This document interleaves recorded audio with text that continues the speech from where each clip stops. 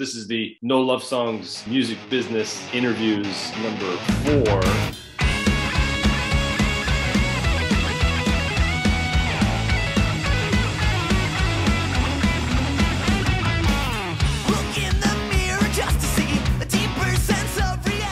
How'd you come to be the punk rock guru? So yeah, I started playing in bands I started playing music in 2003, started playing in bands and gigging in 2005 when I was like 12. I booked a lot of my own shows. There really wasn't like much of a local scene when I was in high school, so I had to kind of figure out how to play shows. There was like a couple of local bands and we had this thing called like the Yonkers Underground was what we called it at the time. So I was a part of that, and that was kind of like my introduction to like a local scene. And then I just had to kind of figure out how to play a lot of gigs. When I went to college, I ended up going to school for music education. And through college, I started booking my own tours. So, played in a band every break, every weekend, was out playing, touring as much as possible while in school. Got out of college, opened up a DIY venue in a warehouse that I also taught music lessons out of. So it was like a music school lesson space / I threw shows there at night that were totally illegal, but a really good time. Kind of got kicked out of there because what I was doing was like awesome, but not really totally allowed. And then over the pandemic, I started making a lot more videos for the internet, specifically TikTok. As I was just making videos, just kind of just talking about whatever I knew about. I got a lot of questions from like younger musicians, and it kind of steered me into this direction of like, well, I really like teaching music. I've also got like I got a ton of experience. I've toured the country at this point, played 42 states. Like I've played a bunch of bigger festivals. I've done a bunch of things, and a lot of people keep asking me questions. How do I start a band? How do I book my first shows? And it kind of gave me the idea to like mix my love for teaching and all the experiences I've had and start making videos about them.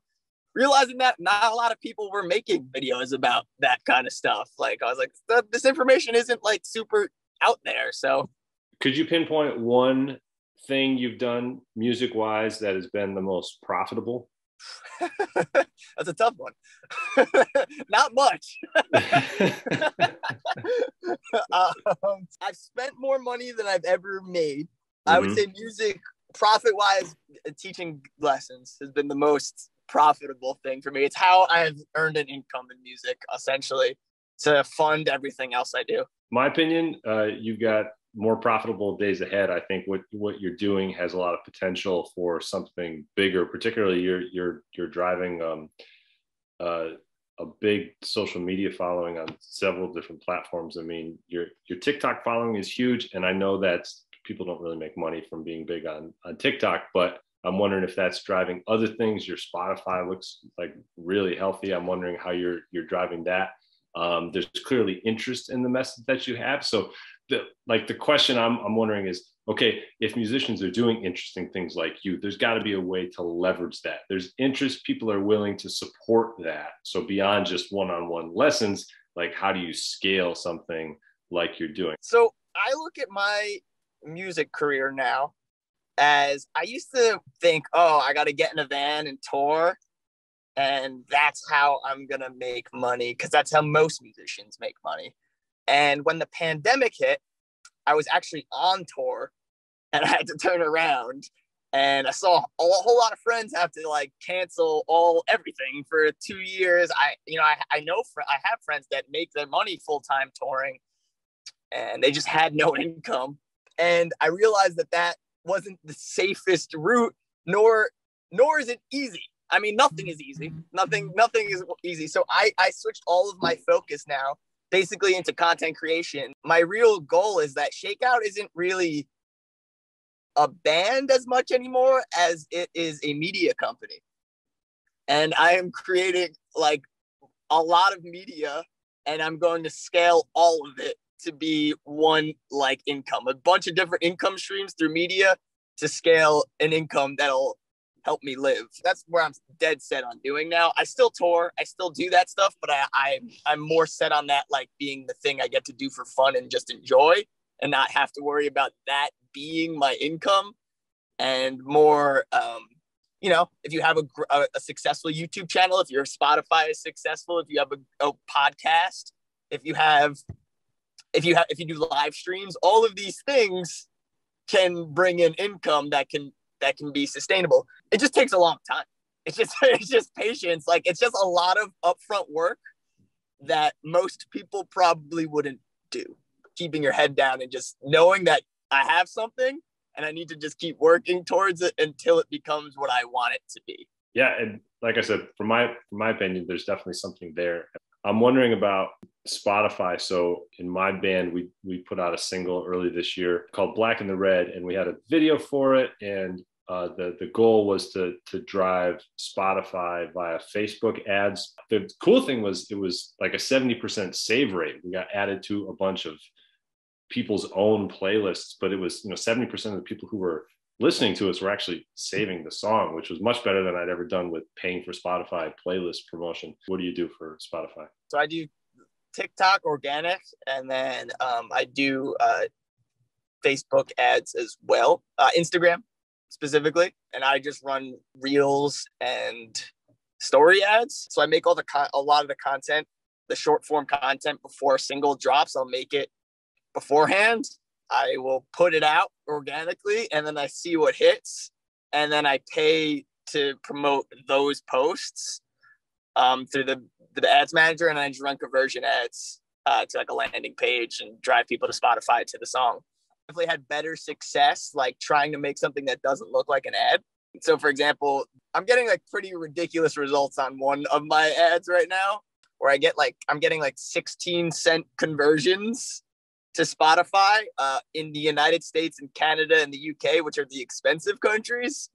And the way I managed that was, like I said, I just posted some stuff on TikTok. I saw what people reacted to, and then I just took that post and I ran that as my ad. And it looks like, if you're going through your reels, it looks like a reel. It doesn't look like, hey, go to my Spotify and listen to this. I also have a text platform. So I collect people's phone numbers, and I incentivize that by I send people out cool punk rock 101 advice and things like that. I make the texts worth it, like not annoying, but then also when I have a new song, I have a list of people that I get to text and say, hey, I got a new song. So that's like an updated version of the email list. So it's a text list instead of an email list. Yep. Yeah. I use a platform called Community. It costs a little bit of money, but you can text people. You get their phone numbers, and then you can add them into different like communities. So if people are only interested in punk rock 101, say, I can add them to the list that's just punk rock 101. You can do it by location. So if you go on tour, you can grab people's phone numbers at the shows, and then you can text them next time you're in town. So like you can just text everyone within 25 miles of a place or 100 miles or whatever it is. So that's pretty useful. And it's way better than email, I think. It just gets more open, like it still. So and again, I just make it worth it. Like I'm not annoying with the text. Like, but give them something they want. That's really honestly pretty brilliant, because I mean, I know a lot of marketers do say that email's still the way to go because it's still your direct connection with people, but a phone number I think is clearly better. If you're providing value with these texts, and they probably like getting your notification and, hey, this is kind of cool. And, oh, hey, he's in town, and I'll go check him out. Yeah. And they text me too. Like I look at my texts throughout I look at it throughout the day, and I get texts from, fans that are like, hey, I had a question about this. Hey, my band is doing that. Like, and then I answer, and they know it's me answering with my own two fingers. Like, it's not, I have had people say, is this some kind of a bot? And I just send them a picture like, nope, it's me. Like, if you got a text from this, it's me sending you this text. So I mentioned this sort of like a band is a business with all these upfront startup self-funding costs. Do you is that how you view it? Is like you're putting in this investment now in order to pay off later? Yeah, I don't take any money. I have a separate bank account, for all my music stuff, and I don't take any money from it. I live off of my job, and then all that money just gets put right back into it, so I can just keep doing it, so I can pay for the Facebook ads, so I can pay for gas to get to the shows, so I can do whatever it is I need to do. Sweet. Well, AJ, this has been so helpful, so much useful information. It's going to take me a little while to digest all of this, honestly, and I really appreciate you sharing your knowledge here on this, because you're clearly doing some really interesting things. Tell people where they can find more about what you do. Shakeout NY on all the platforms. ShakeoutNY.com. Spotify, just Shakeout, one word. Yeah, that's where I am.